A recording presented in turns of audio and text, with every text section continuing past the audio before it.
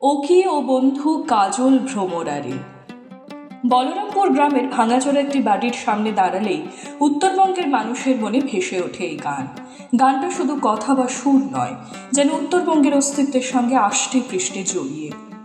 আর সেই গানের স্রষ্টা কিংবদন্তি ভাওয়াইয়া সম্রাট আব্বাস উদ্দিন আহমেদ। সংস্কৃতি জগতের এই মহিরুহ, যার কণ্ঠে ভাওয়াইয়া পৌঁছে গিয়েছিল দেশের সীমানা পেরিয়ে বিশ্ব দরবারে, আজ তার জন্মভিটে পড়ে রয়েছে চরম অবহেলায়, অনাদরে। তবে ভবিষ্যতে হয়তো যেটা বোঝা যায় যে কাজ হবে হবে বলে যাইতেছে, কিন্তু কাজ তো হইতেছে না। আপনারা কি চাচ্ছেন? আমরা তো চাইতেছি, যেহেতু মনে করো এখানকার আব্বাস উদ্দিনের একটা ভালো প্রতিষ্ঠান, তো এখানে মনে করো ওনার বাড়ি, তো এখানে কাজ হবেই।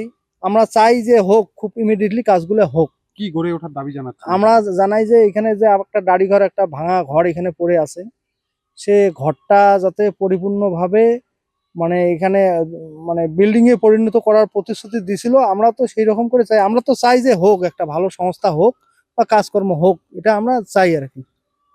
যে তিনি যে গান নিয়ে চর্চা করতেন, ভাওয়াইয়া গান, কি চাচ্ছেন? ভাওয়াইয়া গান নিয়ে কি চাচ্ছেন? ভাওয়াইয়া গানের ভালো একটা সংস্থা এখানে হোক। অনেক লোক আছে যাতে ভাওয়াইয়া গানের শেখার উপযুক্ত মানে।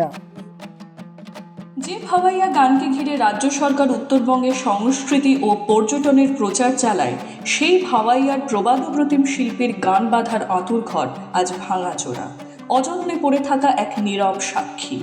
প্রশ্ন উঠছে, এ কেমন শ্রদ্ধা?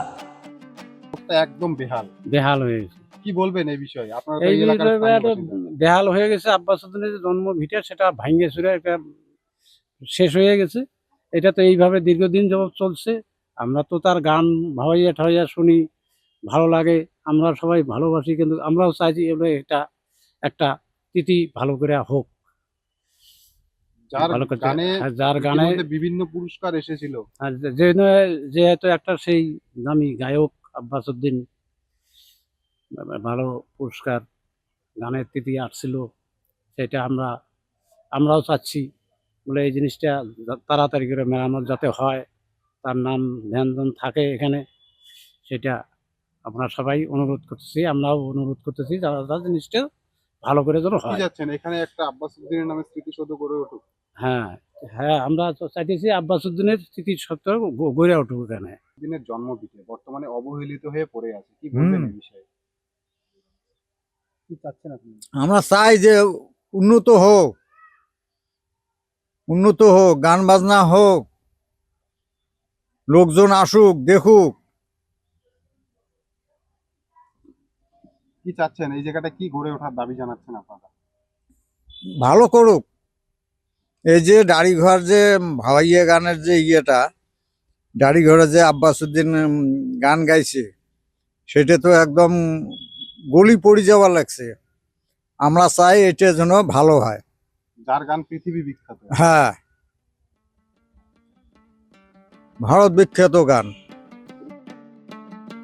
কে ছিলেন এই আব্বাস উদ্দিন আহমেদ? এক নজরে তার জীবনের একটু ইতিহাস। ভাওয়াইয়া রাজার জীবন বৃত্তান্ত। আব্বাস উদ্দিন আহমেদের জন্ম তুফানগঞ্জ মহকুমার বলরামপুর গ্রামে। পিতা জাফর আলী আহমেদ ছিলেন তুফানগঞ্জ মহকুমা আদালতের আইনজীবী। মা বেগম হিরামান্নেসা। ছোটবেলা থেকে কণ্ঠে ছিল জাদু, পড়াশোনাতেও মেধাবী। 1921 সালে কুচবিহার কলেজ থেকে IA পাস। বিএ পরীক্ষায় অনুত্তীর্ণ হয়ে কলকাতায় পাড়ি, সেখান থেকে শুরু সঙ্গীত যাত্রা। ভাওয়াইয়া ছাড়াও জারি, সারি, ভাটিয়ালি, মুর্শিদি, বিচ্ছেদি, দেহতত্ত্ব, মোর্শিয়া, পালা গানে রেখে গেছেন মুন্সিয়ানার ছাপ।